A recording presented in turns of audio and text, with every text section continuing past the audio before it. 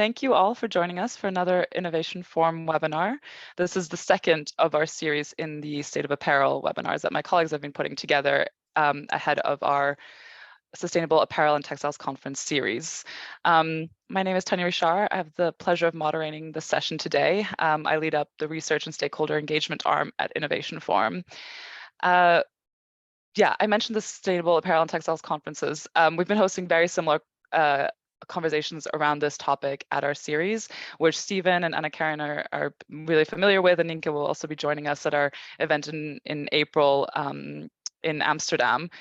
So I hope some of the people joining us in the room will also be joining these lovely speakers there.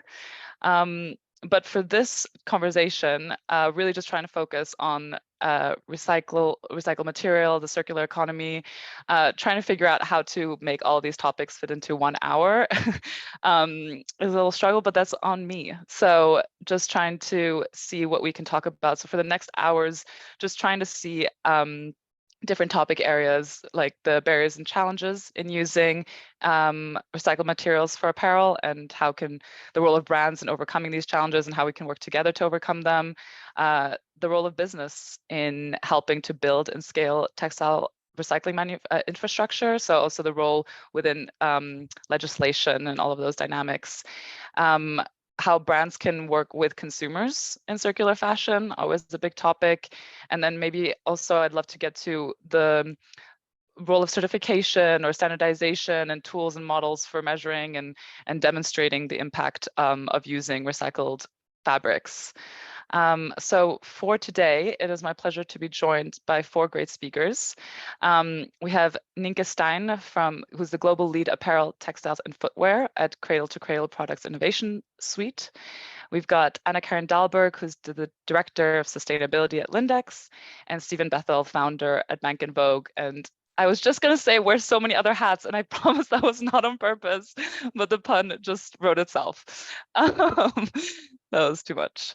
But yeah, so for the next hour, we're going to be talking about all of those dynamics. But I have tons of questions to ask the audience, ask the speakers. But really, the idea with almost 200 of you in the room, we want this session to be as interactive as possible. If you haven't been to an Innovation Forum conference or webinar before, it's really about bringing your questions in, and everyone who is joining us from wherever in the world, I'm sure you have better questions than I can come up with. So please be sure to ask your questions using the Q&A function, and ask them throughout. And then my job is just to sort of multitask and look at the Q&A and weave those in as and when. So also, what would be helpful is if you could direct your question to a panelist if possible.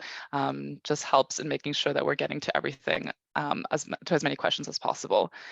Yeah, so it's just using the Q&A function at the bottom of your screen, which I'm sure most people are familiar with.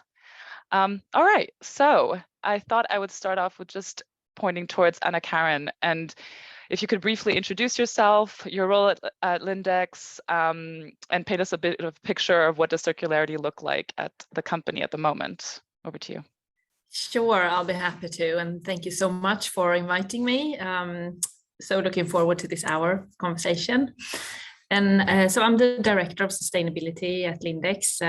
Just briefly about my background, I've been here for a really long time in the company, and my background is from buying, design, assortment, and production. So I've spent quite a few years in our production countries, China, India, Bangladesh, and Hong Kong. I worked with sustainability in the last 8 years, and just 1 year ago, I took a seat in the group management group at Lindex. So we are really integrating circular transformation, sustainability into the business plan and business strategy. So that's really great. And circularity at Lindex, I mean, we really think about that holistically, and particularly 3 parts. So we talk about circular supply chain, circular products, and circular customer journeys, and the ecosystem between these 3. And they really sort of hang together and are interlooped, but we need to work with all 3 of them to create this holistic transformation, so to speak. And when circular supply chain then is about, like a clean production supply chain with free of hazardous chemicals, and that is has a low climate impact, and also that recycles water and so on. Resource efficient. Circular products are products that are made from circular materials, but also are recyclable and are designed for longevity and circularity. And then circular customer journey is more about, customer engagement and circular business models. So in 2022, we took some major steps in implementing circular design principles for our garments to enable them to be recommersed and to fit a circular fashion system. We also scaled our secondhand so now we do secondhand in 7 stores. It might not sound a lot, but it's a journey, right? And it takes quite a lot of work to get there. But it's been really well received from our customers. And we also entered a new partnership with a forest company called Södra here in Sweden. We've found a process for separating and recycling fibres. So we booked 250 tons of their once more dissolvent mass, which is now being transformed into 1 million garments. So these are a few examples of what we are doing now within circularity. Great, thank you, Anna-Karin. I mean, you've painted this next hour perfectly. There's so many topics I would love to come back to, but maybe just because we like to keep it practical here at Innovation Forum, I'd love to start maybe more negatively. What challenges have you faced, and maybe more positively, how are you planning on overcoming them? What sort of your work with Soja, for example, how are you planning on scaling these initiatives? Right. I mean, I think, looking at all these 3 pieces of circularity, there are a few, challenges, but only learnings. It's a journey, right? So I think it's interesting and it's humbling to understand that, we have this linear fashion business model that we've been working with for 65 years, and we are super great at what we do. And we've been really fine-tuning this model for 65 years now, and it's just transforming into circularities, and it's a completely new way of thinking, and we need to sort of break down some of our well working systems in a way. It's about skills trainings in the company, new way of designing garments. There's just a lot to it. And you can imagine, working with re-commerce is totally different flow of goods, right? And it's a new way of procuring back old garments from your consumers, sorting them, and then sending them back out to the stores and so on. And when it comes to recycled fibers, there's an easy way of doing it. You can place an order with your garment supplier and ask for a recycled fiber with a GRS certificate. That's pretty easy. Then the challenge is more about availability and getting exactly the lace that we want to get, but in recycled. And it's a lot about what price you want to pay and so on. But when we talk about entering new partnerships with, like the one we did with Södra, that's a different ball game altogether, because it's really about engaging with a raw material supplier at the back of your supply chain and push that material up your supply chain. Requires different knowledge, different skill sets. It's a new way of working. And it's about, understanding your supply chain and really digging deep into it. But it brings a lot of positive stuff as well. It's hard work, but, we get to know our supply chain. We understand it. We build transparency. We can do our due diligence in a different way. So, there are challenges, but you can also think of it as, learnings in order to scale things. And it's a journey, right? It's about doing things in a completely different way. But I think scaling initiatives like this with a new partnership, a new raw material supplier, it will really be dependent on efficient collection and sorting schemes that we are depending on in an extended producer responsibility. But also a lot of investments are needed in the infrastructure for recycling, apparently, in order to scale this. So I think brands' role in this is really to take on the challenge of partnering up with the actors and dig in there. Because if we don't ask for it, then nobody will want to get into the game, right? To take the risk. Great, thank you. There was a question by Bruno in the Q&A, so I thought it might be worth just quickly clarifying it now. He is asking, when you mentioned circular products, and I know you spoke about bringing the materials back from consumers, but what does your feedstock look like? Are your circular products made from collected waste, post consumer? Yeah, this when we talk about circular materials, the one that we did together with Södra, it's about them bringing back post-consumer textiles. Mainly, it's about it's both garments, but it's also like sheets from hotels, and it's post-consumer anyways. And it's about high content of cotton. This one. Particularly. Perfect. Thank you. Thanks for the other questions coming through. Yes, the webinar will be recorded and shared afterwards, just as a quick note. But yeah, so many follow-up questions to ask you, Anna-Karin, but I want to turn to Stephen first now. Also briefly introduce yourself, your role at Bank & Vogue, what you do, and then maybe reflect on Anna-Karin's points on the challenges that she's seen, and if you've seen the same, or if you want to add anything on that so far. Yeah, thanks a lot, and thanks for inviting me to the Innovation Forum conversations.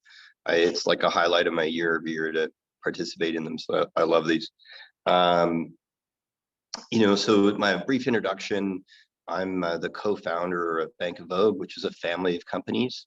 There's sort of 4 areas that we operate in. We are buyers and sellers of secondhand clothes from charities and private collectors across North America and Europe. So basically we're picking up the beer cups at the end of the fashion party, basically, and we're doing that at scale. We're buying and selling about 3 million garments a week of secondhand clothes. But secondly, we have a chain of stores in the UK, Sweden, and Finland. We just opened last year in Finland, which trade under Beyond Retro, where we celebrate secondhand clothes and really sort of replicate the trends of the day through used. Thirdly, though, is we have an upcycling factory. I think it's the one very un-Canadian to do this, but I'm going to do this. Hubris to say, I think we have the largest upcycling factory in the world, where we cut up old clothes and we make new things out of them, or we make components for new items. And one product that we're really proud of is our partnership with Converse. So we're making we're cutting the upper for the Chuck Taylor shoe from post-consumer material. And then finally, we operate in the space of supplying the fiber to fiber recyclers. So if we can't resell it, they can't be reused. And how can we actually make it a feedstock to somebody like the guys down the street from Anna Kara's people to a RenewCell. So really proud of the work that we've done for many years with RenewCell. I think maybe 4 years ago, we sat with the Innovation Forum and talked about RenewCell coming, and it's just so nice to see that they're at scale, and we've been part of that journey, and I'm incredibly proud of that as a step towards circularity at scale. Thank you, Stephen. Yeah, I think that was what we were just talking about, 2019. I remember I was up there with you monitoring that session as well. So really great to see that continues. Maybe just, you mentioned the Converse partnership briefly, but I'm sure that the audience would love to learn a bit more, like maybe also bringing in their perspective, like what was the impetus for them wanting to focus on this? What has worked well in working with a company like Converse, and what is there plans to scale? Yeah, so I got to speak to my part of the partnership. We can't speak to their headspace. Mm-hmm. Just to sort of stick to my lane, which I'm usually really bad at doing. But I think that what's been a real joy for us as a company, we spent 25 years celebrating our love of secondhand, our love of the value of existing materials. And I think there's a real common conversation which is, okay, if you can't resell it, let's automatically turn it into fiber to fiber. And I think the partnership with Converse demonstrates that there's actually a wedge in between, and it's actually a lot better for the key markers, carbon, water. Why are we going to shred something down and then make it into new fiber when there was already an existing material and we can convert it into something else?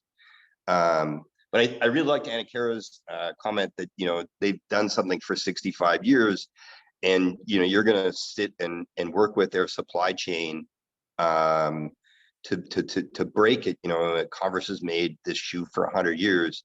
To interrupt how they're doing at it, I give that team like a total amount of respect, that they understood the value of what they were doing and why they were doing, and had the patience to work through the real challenges that you can only imagine being a supplier to Converse or a Nike is not insurmountable. But I think that it just demonstrates that I think this space of circularity will breed out new industries and new projects at scale.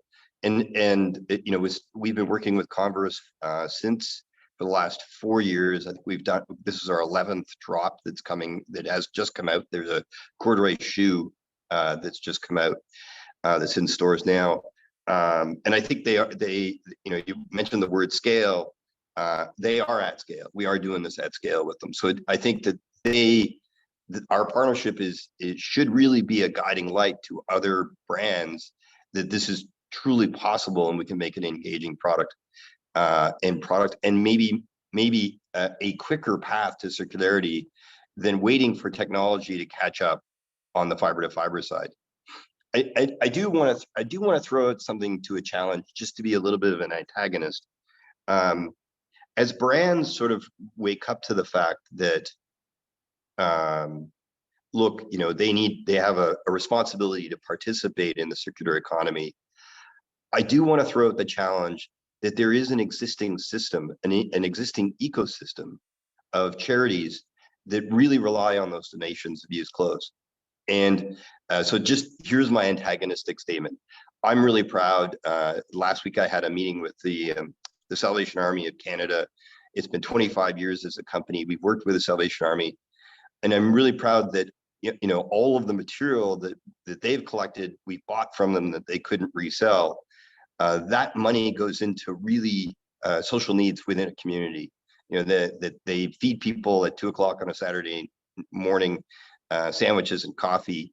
And I want to caution brands that they shouldn't be hubris and erase the ecosystems that are there. How could they actually support those ecosystems, or support them, or be a part of it? And I'm being gentle, but there is a recognition of a real opportunity to support those ecosystems that exist and maybe need help around it. But sorry, I felt like I'm really proud of 25 years of supporting charities throughout Europe and throughout North America who have done the hard work for many, many years, collecting clothes, sorting them, grading them, and being the start of this incredibly beautiful ecosystem.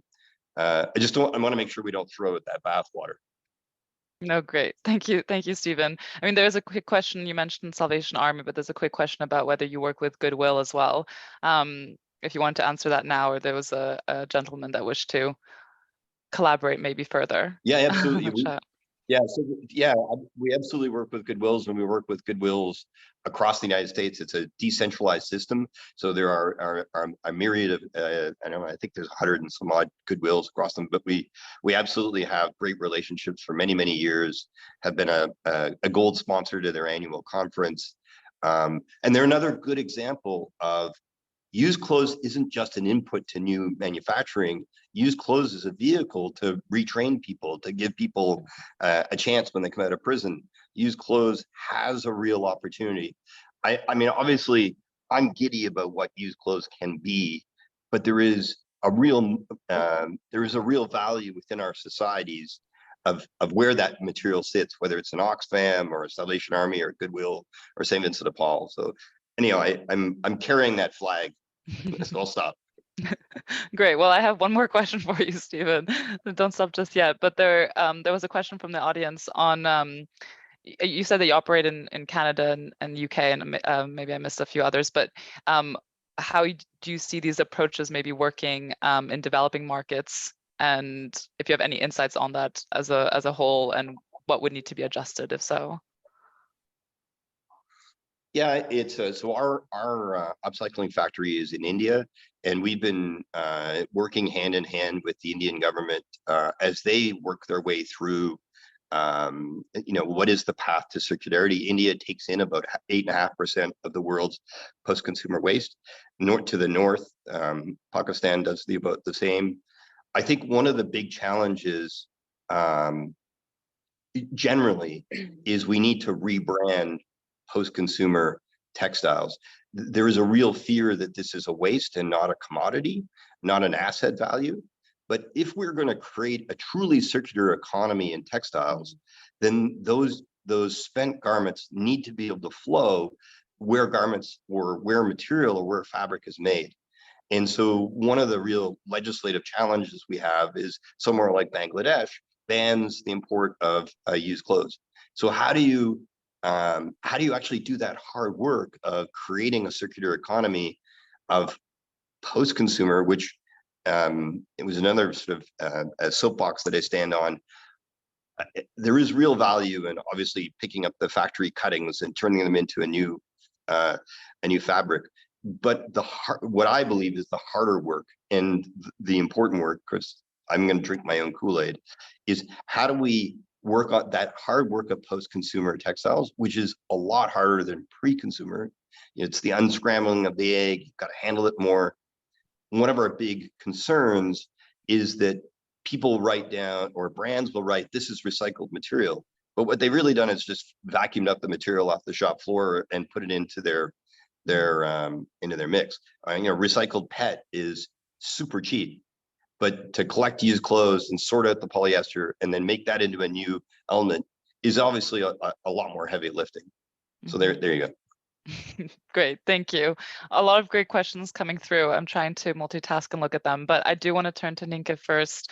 Also, just to briefly introduce yourself, your role at Cradle to Cradle, the role of Cradle to Cradle in the wider space. Just keen to hear your thoughts so far and on anything you've also heard so far. Yeah, thanks. Thanks for inviting me. Really glad to be here. I work for the Cradle to Cradle Products Innovation Institute, and I'm the global lead for textiles, apparel, and footwear. And what we do is that we certify circular products. And I think for textile people, it's really interesting to know we're the only organization that certifies product circularity. And it's really interesting to know as well that we not only focused on product circularity, but also on supply chain topics like water emissions, energy use, labor conditions. But our primary impact category is material health. So we find it very important that all the materials and chemicals that are used in our programs are non-toxic and really well assessed before they enter our products.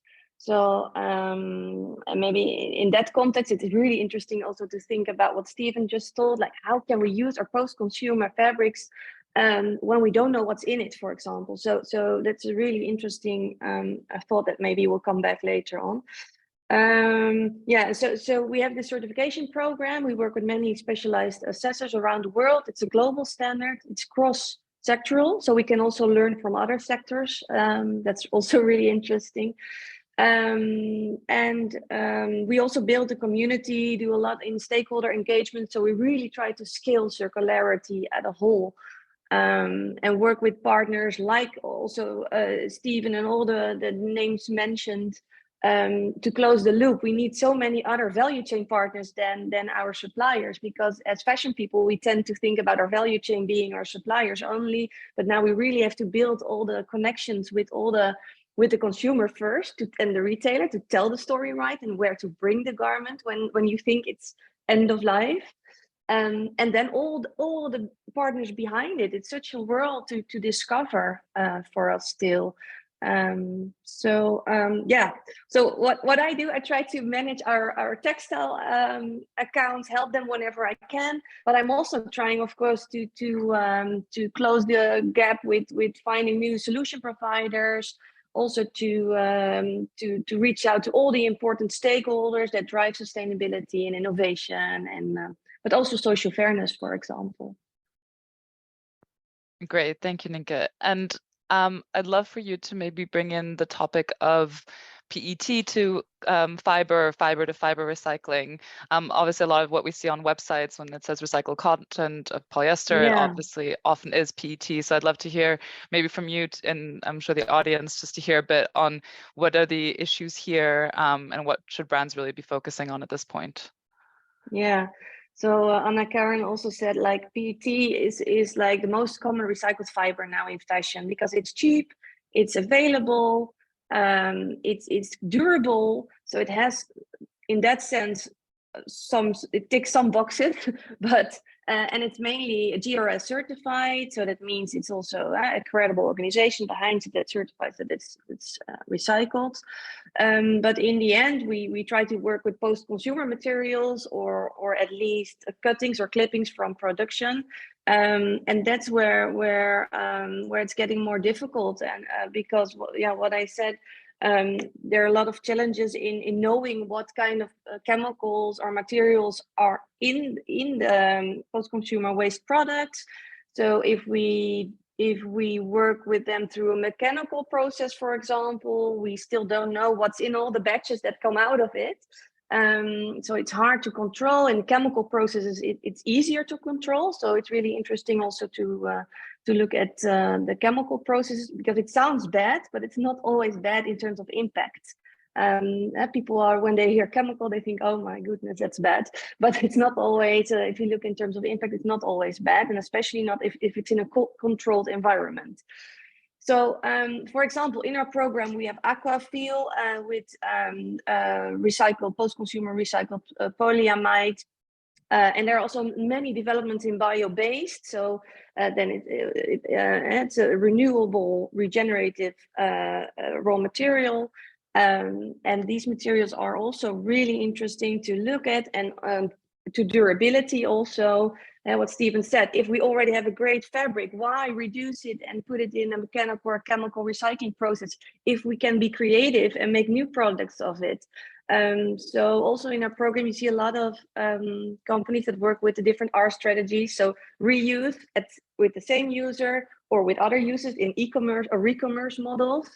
But you also see repair services popping up, or creative ideas for consumers, like, oh, if you don't want to wear your jeans anymore like it is, maybe you can fold it, or you can put a badge on it, and maybe you love it again. So these kind of things are also rewarded in our program. But in the end, you always have to choose for the technical or the biological cycle, which means in the end, you have to think about what will happen if it's really, really end of life, it has holes in it, or it's really dirty or whatever. Then you might think about mechanical or technical recycling or upcycling, fiber to fiber. That's what you wanted to know. And then it's important for designers to understand what requirements do I have to follow to put it in a certain process, because we have now many innovations popping up that could recycle polyester cotton blends even, but are mainly dedicated to a mono material, like 100% cotton or 100% polyester or 100% polyamide. And that makes it difficult for our fashion people to restrict designers to mono materials only, or to make everything detachable, because that's also conflicting with durability sometimes. So a lot of challenges still. But I'm very hopeful, because we have these policies popping up everywhere, where we will have even better systems for upcycling. There will be more budgets to invest in innovation. There will be big budgets, because every company needs to pay in European countries, like the levies that companies need to pay. And from that budget, there is budget to innovate and to see how we can scale it for companies, because it's now so expensive to use the fiber to fiber technologies. Yeah, so maybe I can keep it there because I can talk for hours about it. That's why you're here, Ninka, no problem. Well, I mean, that's maybe the perfect, instead of me asking, maybe just turning to Anna Karen, do you have any insights on how does the design team incorporate these? I think maybe in two sides of the question, sort of, how do you work with the design team on incorporating? What is their sort of feedback on it, and how do they like incorporating it? And then also, have you seen any sort of, or how do you grapple with the point of the different qualities, the quality, the output quality, that it still meets that customer demand and customer satisfaction? Or is that even an issue with the current state of innovation? Sort of two questions for you, Anna Karen. Yeah, I mean, I think that we come from one place where we have, I mean, we've talked about designing for circularity for years, right? But and what Ninka says about monomaterials and, you know, detachable things, and but, you know, we've always said that, you know, we can do that, but then there's no infrastructure in society to really take care of this. I think that is probably happening now, and we will see more scaling of that, and we will see more actors in supply chain who are able to take care of garments that are designed for recyclability. But I think there's big work to do for us to really understand, and we are now engaged with the research institute here in Sweden on standardization, or understanding, you know, what does it take for a garment or for a material to become recyclable. And we are also piloting with some other recyclers also to understand, you know, what does it take, and how can we apply that into our design. So I think there's still a lot of knowledge to be gained here before we can actually go. And I mean, we need to instruct our designers very clearly, you know, this is what you should do, this is what you shouldn't do. And for that to happen, we need some clear instructions and some new knowledge, I think. But I also think that we as fashion people need to be open and also understand that maybe things are not going to look exactly as they used to. Maybe we need to rethink materials. Maybe we need to rethink hand feels and engage with customers on that, because recycled materials we might need to compromise a little bit on, you know, certain hand feels or certain things that are like leave our comfort zone in a way.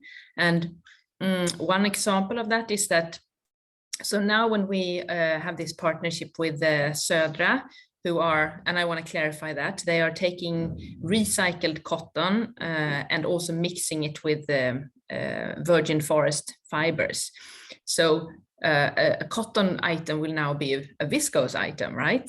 And if you want to replace that, if you have a baby body that is 100% cotton, and maybe now you want to, you know, replace it with some of that recycled cotton, it's going to get a different hand feel, right? So I think that is also, we need to sort of not be stuck in our own old perceptions of this is the way a baby body should feel like, or we need to rethink that going forward, I think. All of us, and it's about consumer engagement as well. Our consumers need to get used to things not being exactly as they were if we're going to be working more with recycled materials, I think. Yeah.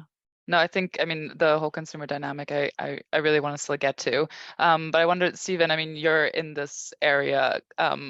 I wonder if you had anything to add to what Anna Karen said in terms of the innovations in fiber to fiber, the feel of it. There's also a question from Martin on whether your material constitutes 100% recycled material, or you also blend in virgin material into it. Keen to get your thoughts. Yeah, so, you know, it's funny, at least our work with brands on the component work that we're doing, my experience when I sit in these boardrooms is the designers are not the gated item.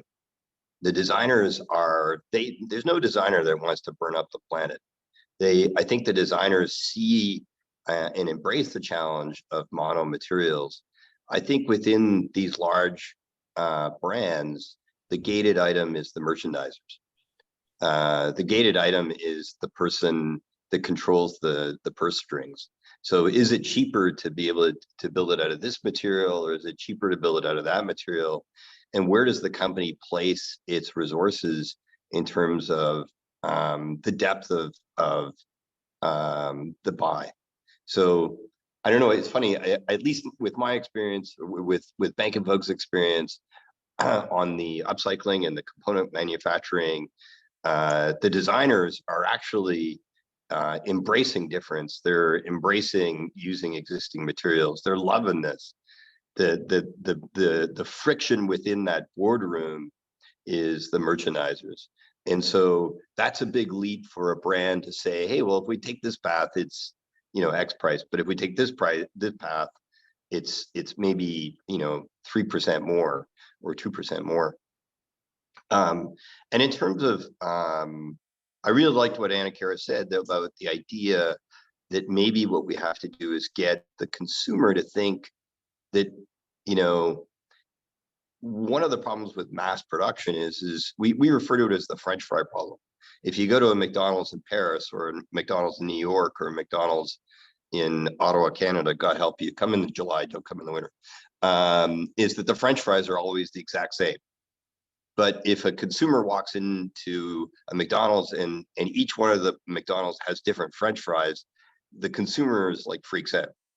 And so one of the journeys that we certainly need to go on is as we look at how do we remanufacture with existing materials, what effect, or how do we present that to the consumer as in a jiu-jitsu way, not as a negative, but as a real positive, and use that positive energy to tell the story. And the interesting thing is that even in our Beyond Retro setting, where we have our upcycled offering, you know, as I speak to our own store managers about, hey, you know, we have this corset and it's an upcycled leather corset.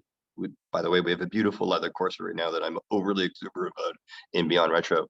And but you're also empathetic to that store manager or to your merchandiser that they've got so many other stories to tell. And how do you tell this is a better material story than, and that's really complicated and a big ask, at least. And I find it like I'm the most exuberant person in around our boardroom table, and but yet our team, our press team, our comms team is like, Steve, we've got 30 other things. You know, 2 days ago we had a big thing on mending in our store, and you know, and you want. So I think it's a real difficulty. Of course, we're in circularity. Think this is the most important thing, but there's a lot of stories that brands are trying to tell, and a lot of narratives that they're trying to tell, and I'm quite empathetic to that as well. I mean, it would be great to hear how do you work with Converse on creating that story, for example? If we take the Converse example, or what have you seen? How do they communicate with consumers on this? I'm gonna be polite and stick to my lane, and I'll let Converse answer how they tell the story. But I think the fact, you know, from our perspective, that they partnered with us, they found, you know, a leader in the vintage space, and we're standing side by side. That in of itself is like an amazing act. I think that there's the real interesting thing, right? This is the innovation forum. Real innovation, I think, comes from, and Anna Kara sort of spoke to this. Real innovation comes from stop necessarily talking to the existing ecosystem that you already deal with, and actually walk to the next village. I think it was Plato who said this. Walk to the next village, learn from that village, and then bring knowledge back. I think real innovation comes from working with somebody in a completely different sphere than we've made the same product the same way for 65 years. Well, if you all of a sudden bring somebody in around the table that is in a different universe, coming at the clothing, the design process from a post-consumer perspective, I think that what's really cool is disruption comes from new kinds of voices around the table.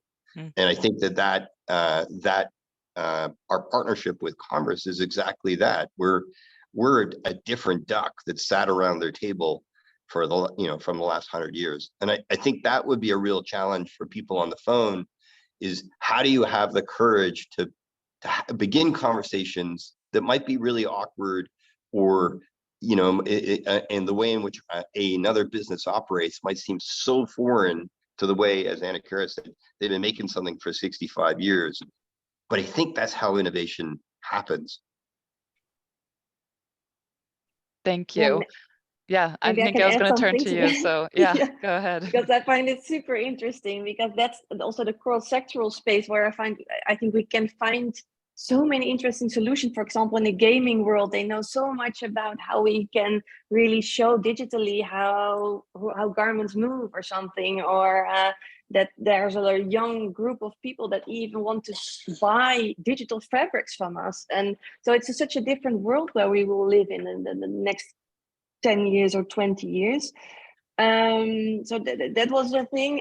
But the other thing around the commercial model, when I started 20 years ago as a sustainability manager at a fashion company, it was all about, Nienke comes in and the price raises already when she steps in the room, because I was only talking about, we need to have organic cotton. So the price is going up. And then the purchaser said to me, we just do a few items, not too much, otherwise we will lose customers. But now with this circularity in mind, companies can really take another approach and a next level vision, I think, on commercial business models. And to me, it's also that from one garment, you can create many business models around one garment, because it's not only about selling them and then done. It's also about maybe offering repair services, work with partners, or offering it yourself, offering second-hand sale. It's about the same garment, and there are already 3 business models now. And then you can think about working with partners like Stephen, maybe recreate garments from it. And then in the end, I think that's the only I didn't even have a big brainstorm about, but if I put some creative people together and commercial people, I think we can come to maybe 10 different business models around one product. And that makes it also so super interesting to really integrate it and talk about it with many different people with different skills. So it's not only about sustainability manager that raises money in the company. It's about rethink the whole business model around every product, and to look at different partners than we just had, because our customer was our number one stakeholder. It was just selling to customers as much as we could. And now it's more like, maybe I can add value to my product and work with different partners that maybe can deliver more value to me and my customer than I gave in the past. So that's really interesting. And also yesterday I was at the Ellen MacArthur Foundation session, and they were talking about a different tax system that could come up, that we would put tax on materials instead of labor, and that would also create a very interesting financial incentive to be very critical about resources, what nature gives us. And also all the eco design directive and the EPR and the green claim regulation just confirmed that it will go on. It will all drive us not only with economic incentives but also with legal incentives to think about these business models. So I think there's no way back, and it's a positive way forward, because we can be creative again, and that gives me at least so much freedom instead of creating rules only. Great. No, thank you. I mean, in terms of the bringing different people to the table, completely in agreement. And this is hopefully what we want from these sort of discussions, for it to be one platform discussion, but everyone's, there's tons of people writing in the chat that are doing interesting things for the conversation to continue afterwards as well. You mentioned the upcoming legislation on green claims. I mean, I can just imagine what's happening in brand offices and, being wary of how they're communicating anything at the moment. So I wonder, Anna-Karin, your input on for one, how is this changing the way you're communicating with consumers on this topic? And also, how are you currently communicating with consumers, and what do you see resonates quite well with them on this topic?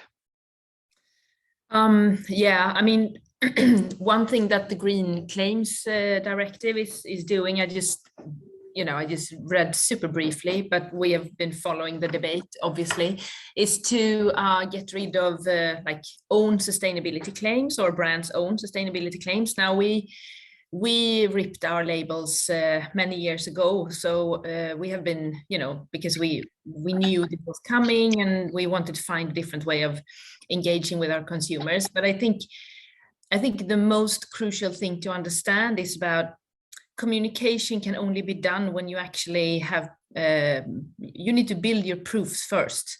So it's more important to actually show your consumers that you have a second-hand business, or that, now you can, we will buy back your old garments and we will sell them again, or, we can engage with consumers when they check out in e-commerce, that they can select like a more climate-friendly freight option or whatever. I think the proofs and what you actually do is much more powerful than labels or text towards consumers.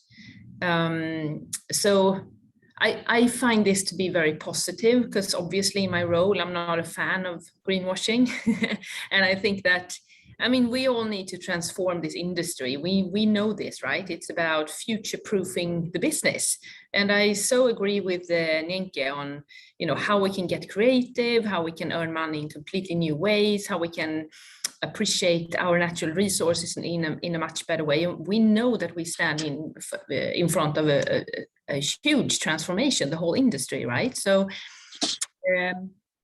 engaging with consumers is about what you do, I think. What you offer. The labels are one thing, and the text communication is one thing, but it's so much more about the feeling you get when you walk into a Lindex store, or what meets you in the website, or it's about the offer. If I'm offered to buy stuff secondhand, that's so much more powerful than any labels or any communication. Great, thank you. I wonder if maybe now's a good time to turn to the role of standardization and certification. Obviously, Nienke, you've alluded to that already, but as it stands, there's currently no full standard for recycled content, which just makes it difficult to communicate to consumers and validate what's in the product. And I wonder if I could turn to you, maybe, Nienke, at this point. What do you see as the opportunity for a standardized approach to validating this content?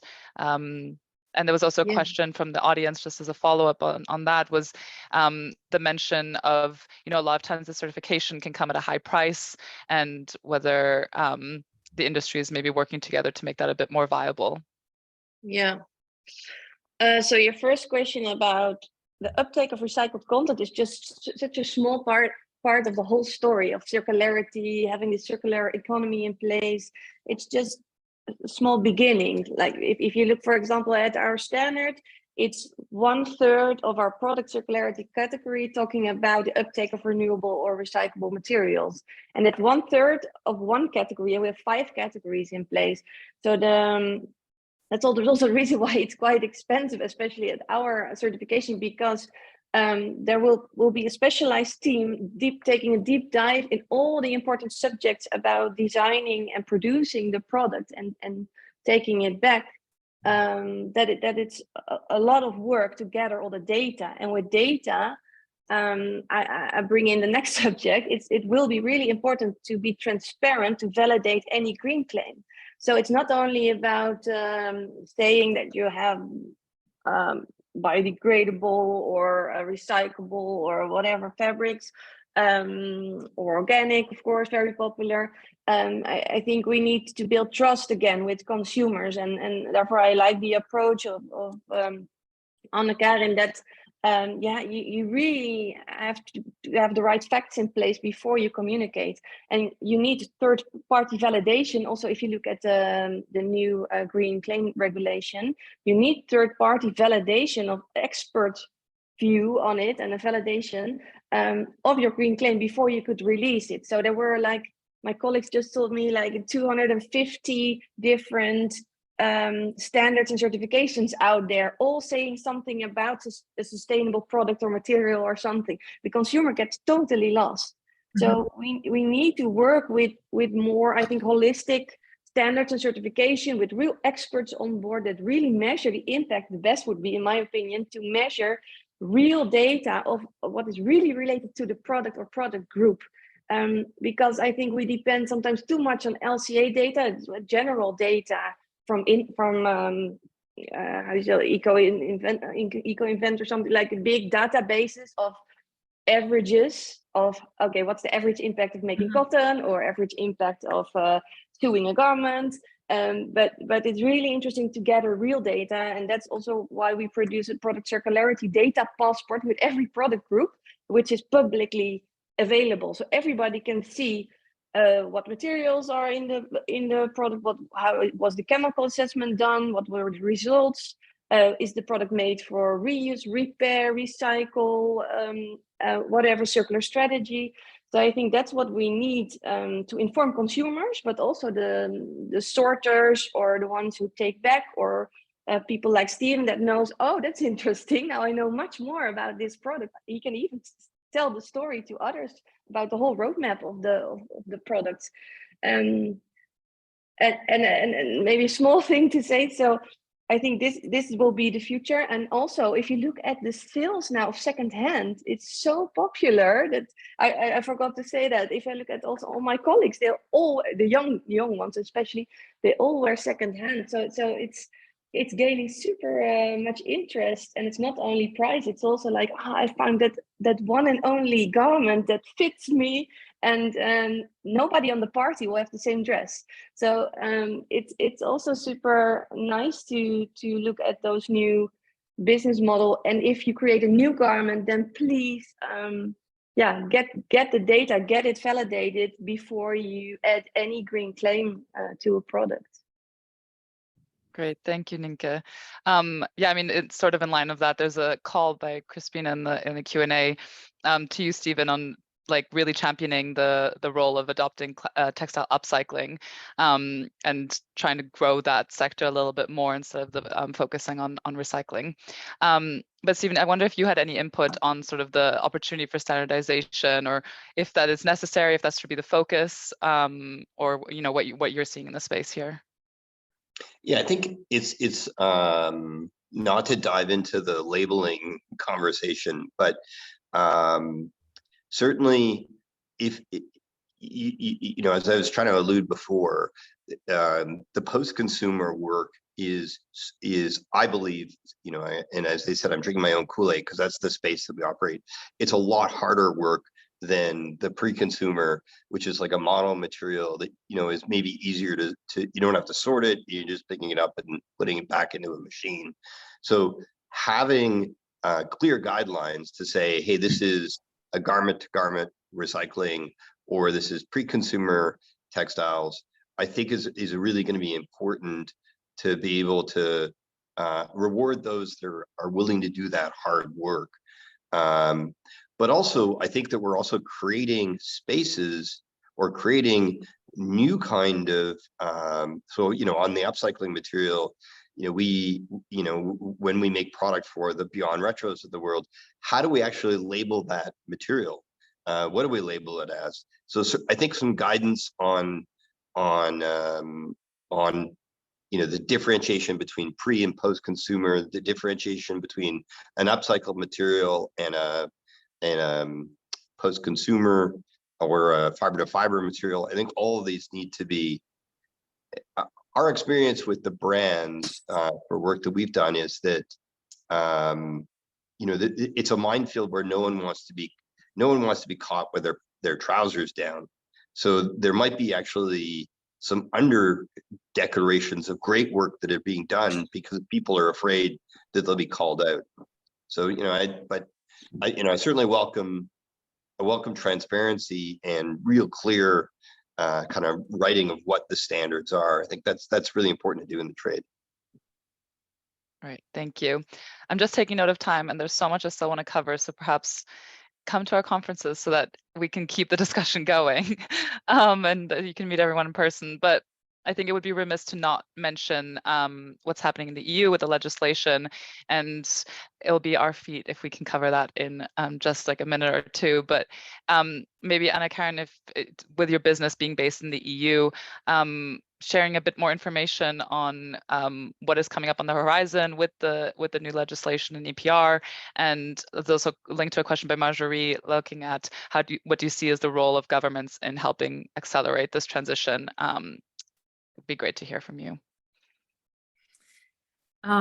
Yeah, so the extended producer responsibility, we've been following that for many years and waiting for it to happen. And we've also, from a group of brands in Sweden, we've been, advocating for an EPR for many years before it was even, sort of set out by the EU. So we are very positive. We think this is the way forward. My worry is that we are leaning too much against the collection and sorting and then not thinking about the next step. I do worry about us just, collecting and sorting garments and then not incentivizing research and development for recycling quick enough and scalable enough. Because obviously there is a big risk of we being sort of left with a big pile of garments. So we need to figure out what to do with all of that. And first hand is of course to resell. So it needs to be sorted for reselling and then recycling. But I mean, we are very positive and we are just ready to sort of dig in and waiting for the policy makers to sort of, just give us a go ahead on what to do, because it has to be in place by 2025. And at least in Sweden, we haven't even gotten started yet. It's going to be a big work to do it. Great, thank you. Ninke, I wonder, since you're also based in Europe, whether there was anything to add from your side. And there's also a question from Tara Luckman in the chat on whether the regulatory environment, and this is sort of a different legislation, but whether it could create some issues for brands who don't, when using recycled materials, don't have visibility over the material origin and chemical inputs. So sort of two-pronged here. I addressed it in the beginning in the, so the first thing, I know about EPR in the Netherlands. It will start in the summer and companies are already registering to a national authority and it's not an authority from government, but it's owned by the importers and producers in the Netherlands. So they will have a fund and they are in charge, well, together with some also like an association of sorters and cyclers and also with government involved. But there's a producer organization that collects all the levies. So the money that they collect from companies that sell on our Dutch market. And they have an innovation fund, for example, where they also put money in innovation instead of only bringing it back to the current sorters and cyclers. But they also work with the current ecosystem of sorters and cyclers to see what we can do to improve especially the amount of products that still end up in a normal bin and that gets incinerated or landfilled. So first to also inform the consumer about that they can bring their garments much more to the garment bin instead, and the textile bin instead of the normal bin. And then from the textile bin, a lot of garments are still sent to eastern part of Europe or to Africa, and they don't know exactly where it ends up. But we know now the story. We've seen it all in the newspapers. It ends up in big piles of cheap synthetics that even are burned even to cook with. It's crazy. So we burn garments to cook with in Africa. And it's not due to the Africans, because of us producing too much garments and not knowing what to do with them. So that's so we want more downcycling and upcycling, like a combination, and upcycling is only 1%. So we definitely need to invest in upcycling technologies, and we see them popping up, but now we have to connect all the dots. So how do designers, what kind of requirements do they need to take in mind thinking of upcycling or the downcycling options or the options like Stephen offers?